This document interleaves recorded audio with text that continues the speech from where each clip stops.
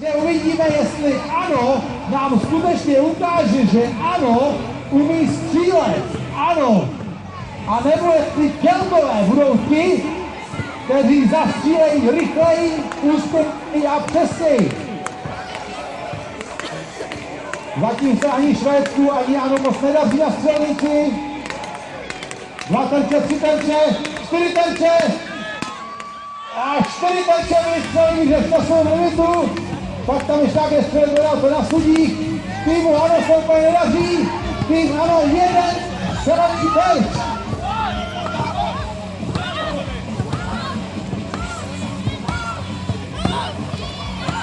Tak, já bych poprosil, koukám, že vidím. Tady kombinace, koukám, že vidím. Maníci jsou připraveni stávnu, moc děkuju. Rovněž chlapači z duchu jsou někde připraveni, ale ještě před nimi nastoupí. Stanu vedle pódia, ale zpátky na střelnici. Pákistán. 3 terče, konec střelny. Ale střílí jako život, to bude drahý. Pákistán sice přeskočil všechny, ale byla tam spousta z mého pohledu ran. Ještě za hranicí, ale stejně vidíme, že Brazílie bojuje o každou vteřinu. Brazílie, záber! Vypustíme Kubu a Arizonu pomalu dolní a připraví se Finsko a pobřeží Slovensko. Kde je to Tatar Star Oranžový Express v dráze číslo 2 a v dráze číslo 1 vodácký klub Klasice startující za Mexiko.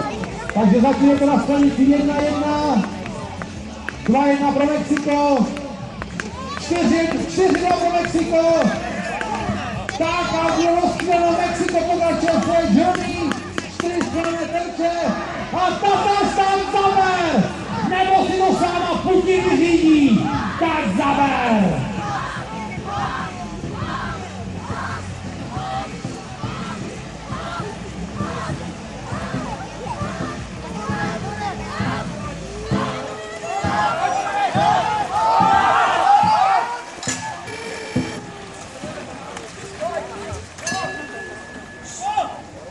Reprezentant je zalehnutý za sudem, ale to je cukání. Uvidíme, jak se bude dařit, ale myslím si, že předního není úplně člouva, ale uvidíme.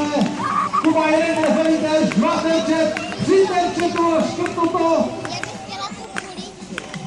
3 terče pro Kubu.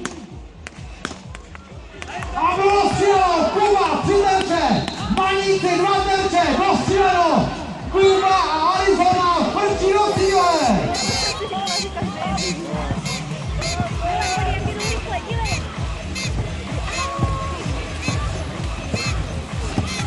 Arizona 1, ty ten druhý, zle, že ho slyším až, ale tak 1.